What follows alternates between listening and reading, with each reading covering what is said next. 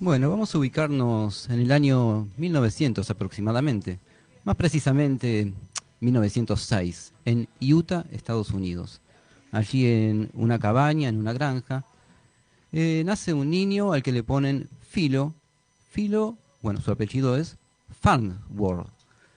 Ya a los 6 años, este niño era muy curioso y su padre trajo un teléfono allí a la granja.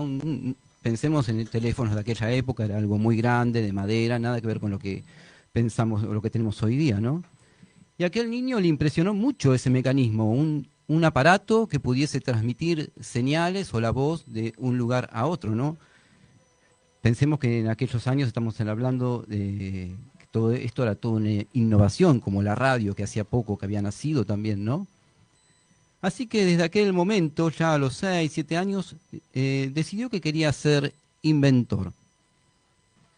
Pero bueno, un poquito más tarde, ya el trabajo en la granja no iba funcionando muy bien y se tuvieron que mudar, ya para 1919 se mudaron a Idaho, a otra granja también, ¿no? Pero mientras viajaban, él empezó a encontrarse con ciudades con líneas eléctricas, cables telefónicos y luces de alumbrado público, algo que no había visto en su granja donde vivía anteriormente, ¿no? Y quedó asombrado por estas cosas. Ya cuando se ubicaron en su nuevo hogar, encontró en el ático de aquella granja donde iban a empezar a trabajar sus padres, que él también ayudaba con sus padres, ¿no? Él trabajaba con el arado también, la tierra, como era costumbre en aquella época, ¿no? Eh, Encontró en el ático libros de ciencias, de física y química. Y empezó a leerlos y releerlos y releerlos y allí aprendió mucho de cómo era el funcionamiento de las ondas de radio y decidió ser inventor.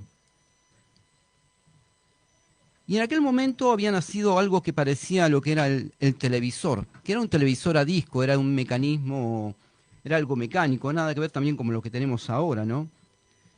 Era algo que tenía un funcionamiento, pero muy limitado. Y él concluyó, después de haber estudiado mucho esto de física y química, que aquellas imágenes podían llegar a ser muy limitadas, ese mecanismo para la televisión, y no tendría un funcionamiento correcto. Y él pensó que los electrones podrían hacer este trabajo. Así que un día trabajando también en el campo, mirando las líneas del campo, las líneas del arado, imaginó cómo aquellas líneas podían representar lo que él tenía en su cabeza, en su mente, que era el televisor. Hoy pensamos por ahí en píxeles, pero en aquel momento era todo líneas, se pensaba en líneas. Cuando hoy nosotros hablamos de 1800 píxeles por no sé cuánto, en aquel momento se hablaba de 15 líneas, bueno, era lo que él imaginaba, ¿no? Tampoco se pensaba en líneas, hablemos que los mecanismos en ese momento eran mecanismos de rueda, algo totalmente distinto, pero él imaginó esto, que podía funcionar de esta forma. Ya a los 14 años, cuando estaba estudiando, él le hacía todas las preguntas que pudiese a su maestro de química, que luego más tarde su maestro de química recordaría todas esas cosas, ¿no? Dice todas las preguntas que este niño me hacía, que Filo me hacía, tenían ese fin de poder llegar a inventar este televisor. Bueno, más tarde se mudó a California, ya allí se casó también, y de su departamento hizo un laboratorio. Así que imagínate, los primeros intentos eran una humareda en aquel departamento, ¿no? Pero poco a poco fue progresando, también se interesó su cuñado, ¿m?, en lo que él hacía, y encontraron personas que pudiesen darle los fondos para seguir con esta investigación. Así, llegando ya al 1927 aproximadamente, logra transmitir una primera imagen, que era simplemente una línea que se movía, ¿no? Pero esto llamó la atención de otros inversores que pusieron más dinero para que él pudiese progresar y ya en 1928, después de un año, eh, pudo hacer una exposición de aquel televisor, mostrando la imagen de un signo de dólar. Así que bueno, desde allí se fue progresando y el televisor llegó a ser el televisor blanco y negro que se conocía por aquella época. Más tarde, por supuesto, vendría el televisor a color, pero de la mano de otro personaje, de otro inventor, ¿no? Bueno, tuvo muchos problemas de patentes, porque también mientras que él trabajaba con estas cosas, otros en otras áreas de Estados Unidos y también en Europa estaban trabajando con lo mismo, ¿no? Pero bueno, en Estados Unidos tuvieron éxito también, pero parece que le habían robado sus diseños. Y bueno, ya te digo, muchos problemas de patentes y ya para 1932 pudo solucionar esos problemas y realmente se pudo admitir que todo el invento había sido de él, de Philo Farnsworth. Después, por supuesto, bueno, no por supuesto, sino que recordamos que empezó la guerra. Y terminada la guerra, cuando los soldados vuelven a sus casas, lo que querían era divertirse. Ya el televisor tenía una cierta preponderancia en la sociedad. Y aquel invento que Philo había pensado para que la gente se nutriera, estudiara, vino a ser un invento para divertirse, un invento para chismes, un invento para malas noticias. Y realmente Philo renegó de su invento, al punto que dijo, en mi casa no quiero tener un televisor. Así que no dejaba a sus hijos que miren televisión.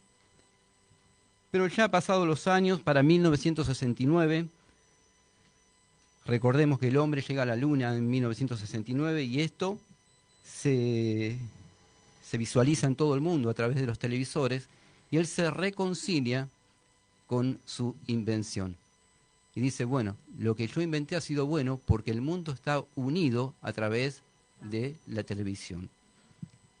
Luego diría más tarde, porque fallece en 1971, pero antes de su fallecimiento reconocería que Dios existe y que él nunca inventó nada, sino que fue un instrumento de Dios para que este legado, el televisor, llegara al mundo en el momento oportuno.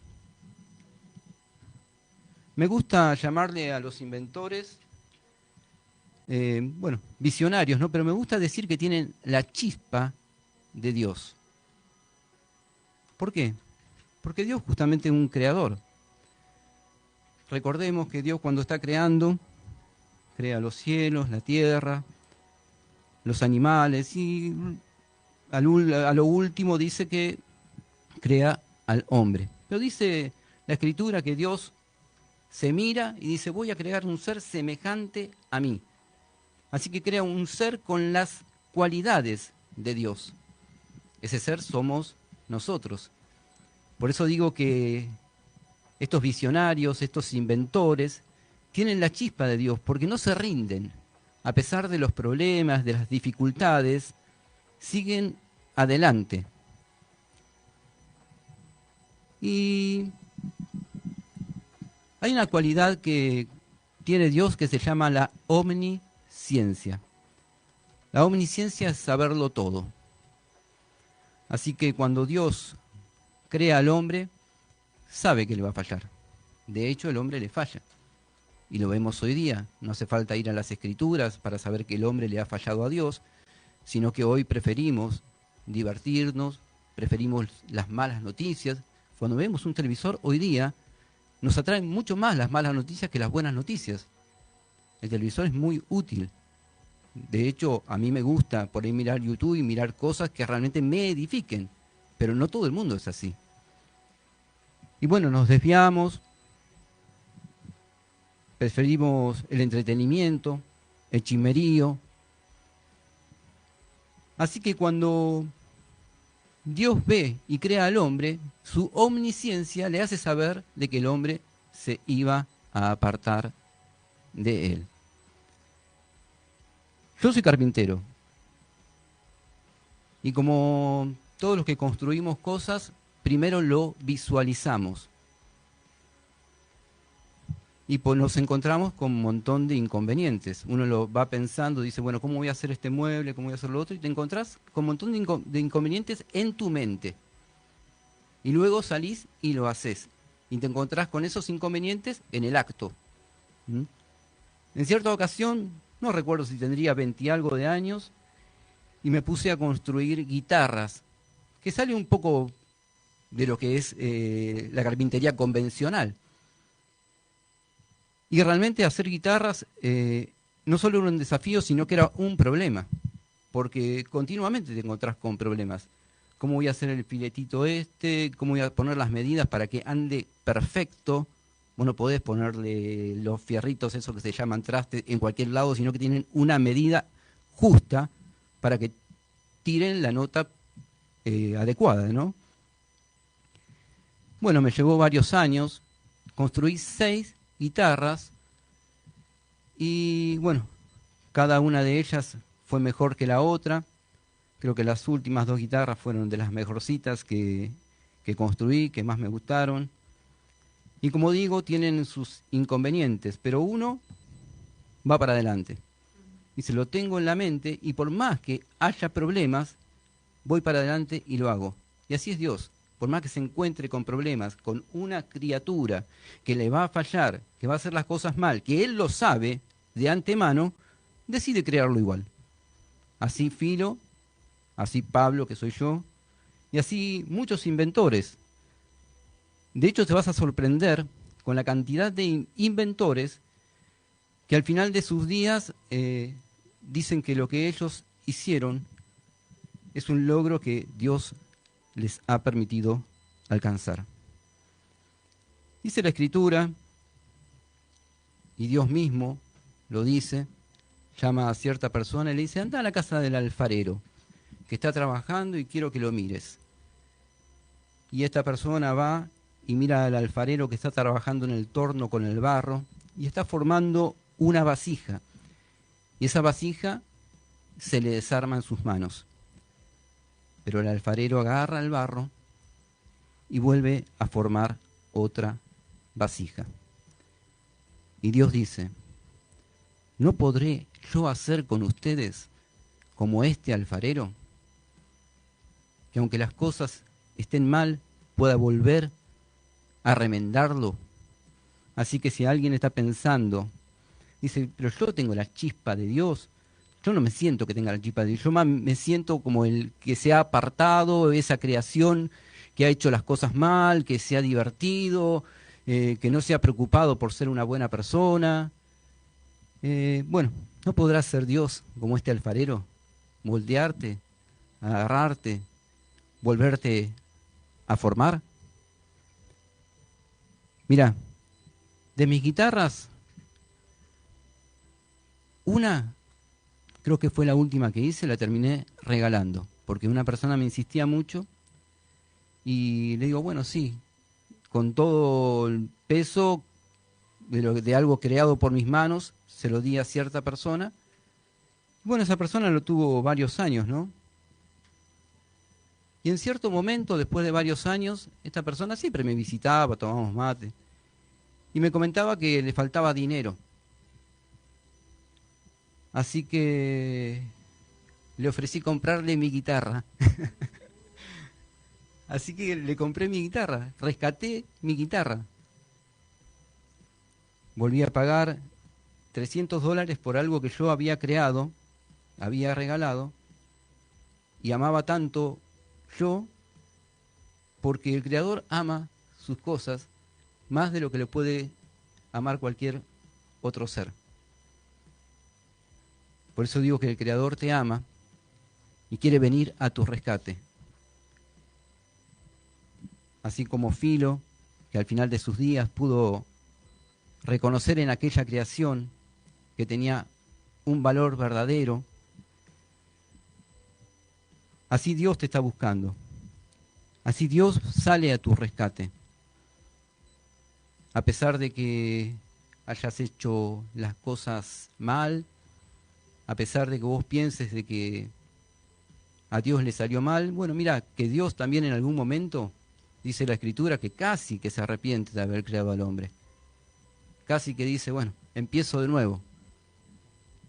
Pero no, porque Dios ama al hombre, ama a su creación y quiere volver a rescatarla. No importa el precio que tengas que pagar. Yo te decía $300 por una guitarra. Vos, el precio que pagó Dios por rescatarte es mucho mayor. Es mucho mayor. Desde el principio, desde que te creó, armó un plan para rescatarte. Y en ese plan estaba incluido Jesucristo en una cruz. Mirá el valor que Dios pagó para rescatarte. Así que si vos pensás que sos medio tiro al aire, que sos medio desastre, que estás medio roto, que no podés ser formado una vez más, te digo que sí. Te digo que sí. Porque Dios ya pagó por tu rescate. Así que es solo tomar una decisión. De decir, sí, acepto ese pago. Bueno, así que como te decía, tenés mucho valor para Dios. Cuando te encuentres solo, cuando salgas a caminar en cualquier momento, esos momentos que estás totalmente solo aún. Decir, no tengo tiempo para estar solo porque siempre la familia, bueno, en el baño, no importa. Tu habitación, cerrar la puerta. En ese momento, levantá la mirada y por más roto que estés, decirle al Señor, sí, acepto ese pago que tú has hecho por mí porque yo no tengo forma de solucionar mi vida. Que Dios te bendiga mucho.